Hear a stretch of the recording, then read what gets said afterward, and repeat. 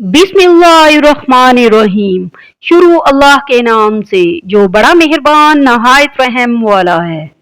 रबिया बिन काब से रवायत है, वो रसूल सल्लल्लाहु अलैहि वसल्लम के दरवाजे के पास रात गुजारते थे और रात को बड़ी देर तक आप सल्लल्लाहु अलैहि वसल्लम को ये कहते हुए सुनते, सुभान अल्लाहि रब्बिल आलमीन, पाक है अल्लाह जो तमाम जहानों का रब है।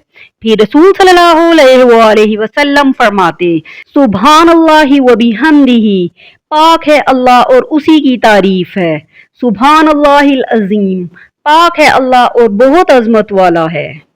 हजरत इब्ने अब्बास रजी अल्लाह अन्हो से मरवी है कि रसूल सल्लल्लाहु अलैहि वसल्लम ने फरमाया, जो जुम्मा के बाद 100 मरतबा सुभान अल्लाहि व बिहम्दिही सुभान अल्लाहिल अजीम पढ़ेगा, उसके 1 लाख और उसके वालिदैन के 20,000 गुनाह माफ हो जाएंगे।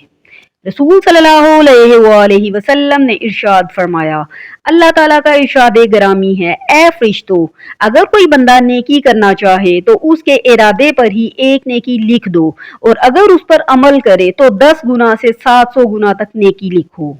रसूल सल्लल्लाहु अलैहि वसल्लम पीने वाली चीजों को 3 सांस में पीते थे और फरमाते थे, ऐसा करने से इत्मीनान होता है, तकलीफ और बीमारी से हिफाजत होती है और वो चीज खूब हजम हो जाती है।